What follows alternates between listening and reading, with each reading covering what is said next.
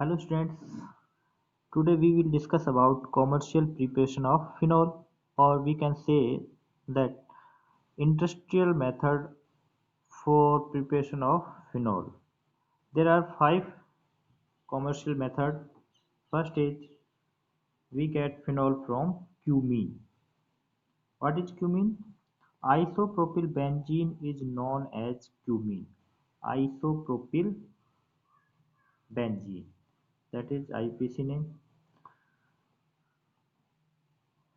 When isopropyl benzene react with O2, it form cumene hydroperoxide. इसको कैसे समझ सकते हैं कि O2 के दोनों ऑक्सीजन क्यूमीन के इस कार्बन और हाइड्रोजन के बीच में आ जाते हैं।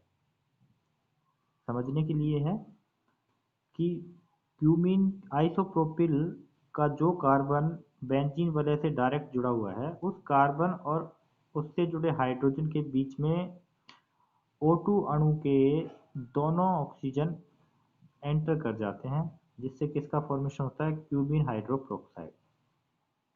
इस क्यूमीन हाइड्रोपेरोक्साइड की रिएक्शन डाइल्यूट एसिड से करते हैं तो टू मेन प्रोडक्ट हमें प्राप्त होते हैं। क्या है? Phenol and acetone. इसको कैसे समझेंगे? इसमें एसीटोन ढूंढो, कहाँ है? CH3COCH3 है, ये एसीटोन है। ये यहाँ से रिमूव हुआ, यानी कि ये बॉन्ड इसका ब्रेक हुआ, ये बॉन्ड ब्रेक हुआ, तो ये क्या अलग हुआ? ये कार्बन का एक बॉन्ड यहाँ से ब्रेक हुआ है, इस ऑक्सीजन का एक बॉन्ड यहाँ से ब्रेक हुआ है, तो ये दोनों के बीच में एक बॉन्ड और फॉर्म हो जाता है। तो ये क्या बन गया? एसीटोन। और ये OH ग्रुप आके इस कार्बन से जुड़ गया, तो ये क्या बन गया? Phenol. In this reaction acetone is obtained as byproduct, which is an important reagent for industrial purpose. इसीलिए क्यूमीन से फिनॉल के फॉर्मेशन की जो मेथड है, इसीलिए इम्पोर्टेंट हो जाता है। फिनॉल के साथ साथ यहाँ पे एक और इम्पोर्टेंट हमें केमिकल प्राप्त होता है, वो क्या है? एसीटोन है। कई बार डायरेक्ट क्यूमीन की स्ट्रक्चर पूछ ली जाती है, इसलिए ये इम्पोर्टेंट है, एग्जाम के पॉइंट ऑफ व्यू से भी इम्पोर्टेंट है। क्यूमीन की स्ट्रक्चर बनाइए, और एग्जाम में ये रिएक्शन किस तरह से पूछी जाएगी? ये ए, ये बी और ये सी, इस तरह से पूछेंगे। ठीक है, तो क्यूमीन को देखकर समझ जाना, ये पूरी बुक में एक ही बार आया है, ये रिएक्शन भी एक ही बार आई है। सेकंड इंडस्ट्रियल मेथड है फ्रॉम कोलतार। कोलतार क्या होता है? जब हम कोल यानी कि कोयले से कोक और कोल गैस का फॉर्मेशन करते हैं, तो ये बाई प्रोडक्ट के रूप में हमें मिलता है। और सभी ने देखा है कोलतार किस तरह का होता है, काले रंग का गाढ़ा लिक्विड सा होता है। इसमें बहुत से ऑर्गेनिक सब्सटेंस होते हैं, जिनमें फिनॉल भी होता है। तो सबसे पहले इस कोलतार का हम फ्रैक्शनल डिस्टिलेशन करते हैं। फ्रैक्शनल डिस्टिलेशन मेथड आपने 11th में पढ़ा था। उसमें क्या करते हैं कि जब किसी मिक्सचर में अलग अलग लिक्विड होते हैं और उनका बॉइलिंग पॉइंट भी अलग अलग होता है, तो उसका फ्रैक्शनल डिस्टिलेशन किया जाता है, जिससे वो अलग अलग बॉइलिंग पॉइंट पे हमें अलग अलग कंडेंस करके उसको हम ऑब्टेन करते हैं। तो वहाँ से एक मिडिल ऑयल फ्रैक्शन, यानी कि अलग अलग ऑर्गेनिक सब्सटेंस का एक ऑयल हमें प्राप्त होता है। उसमें मिडिल ऑयल फ्रैक्शन में मेन क्या होते हैं? फिनॉल होता है और नेफ्थलीन होता है, वो हमें ऑब्टेन होता है। इस मिडिल ऑयल फ्रैक्शन की रिएक्शन हम सोडियम हाइड्रोक्साइड के साथ करवाते हैं, तो सोडियम फिनॉक्साइड का फॉर्मेशन होता है। और उस सोडियम फिनॉक्साइड को CO2 द्वारा डिकम्पोज कर देते हैं, तो हमें फिनॉल प्राप्त होता है। तो यहाँ रिएक्शंस देखो, ये है मिडिल ऑयल फ्रैक्शन। इसमें हमने यहाँ फिनॉल की स्ट्रक्चर लिखी है। बहुत से स्टूडेंट ये सवाल करते हैं, सर फिनॉल से ही रिएक्शन शुरू हो रही है और लास्ट में फिनॉल ही बन रहा है, ये क्या चक्कर है?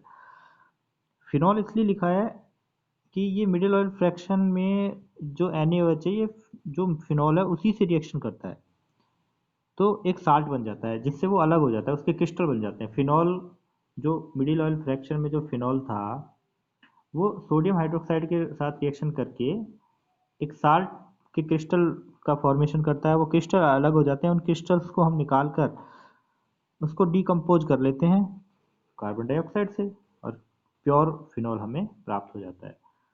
तो इंडस्ट्रियल मेथड है, चीप भी है, ज़्यादातर फिनॉल इसी से प्राप्त की जाती है फ्रॉम कोलतार। थर्ड है by oxidation of benzene. Important reaction है एग्जाम के पॉइंट ऑफ व्यू से, कई बार पूछी गई है।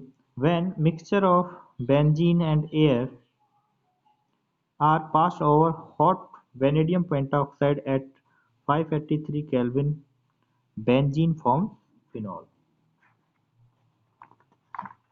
रिएक्शन है,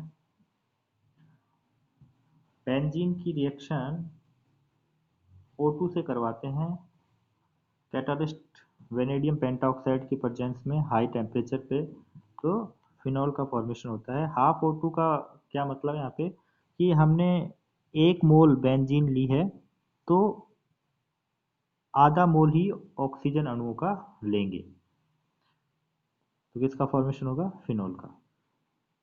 फोर्थ है washing process। In this process, first chlorobenzene is prepared from benzene, and then this chlorobenzene react with red hot silica and steam to give phenol। Chlorobenzene की formation की रॉशिंग process, ये पिछले पार्ट में जब हमने hello arenes पढ़ा था उसमें भी ये आई थी। तो benzene, HCl vapour, O2 react करते हैं कैटालिस्ट की प्रेजेंस में हाई टेम्परेचर पे, तो क्लोरोबेंजीन का फॉर्मेशन होता है। और इस क्लोरोबेंजीन की रिएक्शन या इस क्लोरोबेंजीन को हाइड्रोलाइज कर देते हैं सिलिका की प्रेजेंस में हाई टेम्परेचर पे, तो इसका फॉर्मेशन हो जाता है, फिनॉल का फॉर्मेशन हो जाता है। अगर ये रिएक्शन डायरेक्ट पूछी जाती है तो व्हाट इज रॉशिंग प्रोसेस, ऐसे डायरेक्ट पूछी जाएगी, या फिर ABC में पूछी जाती है। यहाँ ये A बनता है और ये फिर B हो जाता है ना। फिफ्थ है doubt process. In this process, chlorobenzene is hydrolyzed with sodium hydroxide or sodium carbonate in the presence of CuCl2 under 300 atm pressure and 623 Kelvin temperature। तो इस रिएक्शन में ये और में है, अगर ये एग्जाम में आती है what is doubt doubt process, तो आप इन दोनों में से कोई भी एक रिएक्शन लिख सकते हो, दोनों लिखने की जरूरत नहीं है। या तो इससे क्लोरोबेंजीन को हाइड्रोलाइज करेंगे सोडियम हाइड्रोक्साइड से करेंगे, या फिर सोडियम कार्बोनेट से हाइड्रोलाइज करेंगे, तो फिनॉल ही हमें प्राप्त होता है। तो दोनों में से एक ही रिएक्शन लिखेंगे, दोनों भी लिख सकते हैं।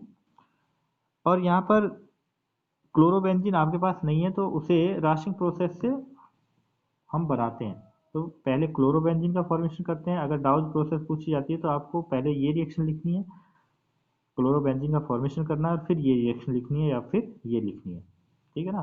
डाउज प्रोसेस एग्जाम में डायरेक्ट पूछी जाती है, तो आपको 2 रिएक्शन लिखनी है। पहले आपको क्लोरोबेंजीन का फॉर्मेशन राशिंग प्रोसेस से बनाना है, और फिर उस क्लोरोबेंजीन को सोडियम हाइड्रोक्साइड या सोडियम कार्बोनेट द्वारा हाइड्रोलाइज करना है। हाँ, ये जरूर याद रखना है आपको कैटालिस्ट क्या लिया है, टेम्परेचर कितना लिया है और प्रेशर कितना लिया है। ये थी डाउज प्रोसेस। अब है physical properties of phenol. Phenol जो होता है वो रंगहीन होता है, कलरलेस है, लेकिन आपने लैब में देखा होगा जो बोतल बाहर रखी रहती है फिनॉल की, उसमें फिनॉल हल्का गुलाबी रंग का, पिंकिश कलर का होता है। तो उसका रीजन भी इस केमिकल फिजिकल प्रॉपर्टीज में हम देखेंगे। मेन फिजिकल प्रॉपर्टीज यहाँ लिखी हैं। It is sparingly soluble in water due to formation of hydrogen bond with H2O। वैसे तो फिनॉल वाटर में इतना सॉल्युबल नहीं होता, इसलिए लिखा है स्पेरिंगली सॉल्युबल, मतलब आंशिक रूप से ही जल में विलय होता है। और उसका रीजन भी यही है कि ये जल के जो मॉलिक्यूल है, वाटर मॉलिक्यूल हैं, उनके साथ हाइड्रोजन बॉन्डिंग कर लेता है, इसीलिए थोड़ा बहुत वाटर में सॉल्युबल हो जाता है।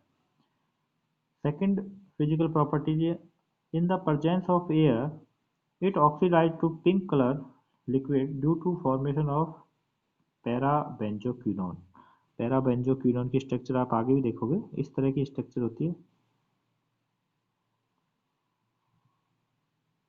पैराबेंजोक्विनोन बन जाता है जब इसको बाहर खुला छोड़ देते हैं, तो ये ऑक्सीडाइज हो जाता है इसमें, पैराबेंजोक्विनोन में, और इसका कलर कैसा होता है? पिंक कलर का होता है।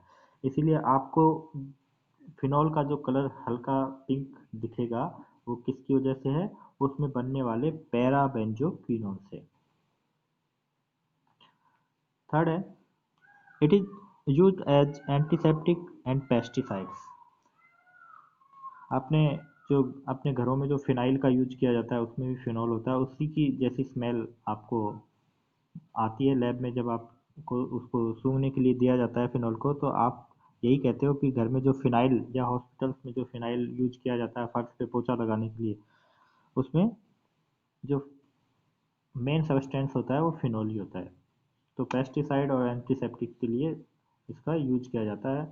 दवाइयों में भी घाव को धोने के लिए इस तरह से एंटीसेप्टिक का यूज किया जाता है।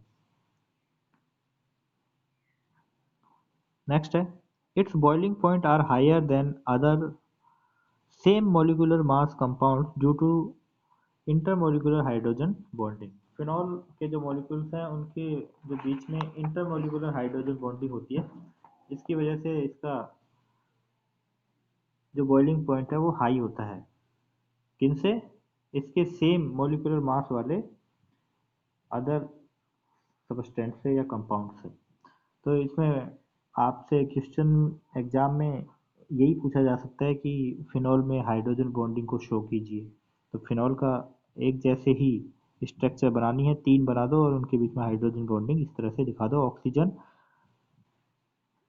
पहले फिनॉल के हाइड्रोजन और दूसरे फिनॉल के ऑक्सीजन के बीच में हाइड्रोजन बॉन्डिंग बनेगी, दूसरे फिनॉल के हाइड्रोजन और तीसरे फिनॉल के ऑक्सीजन के बीच में हाइड्रोजन बॉन्डिंग बनेगी। यह है इंटरमोलिकुलर हाइड्रोजन बॉन्डिंग।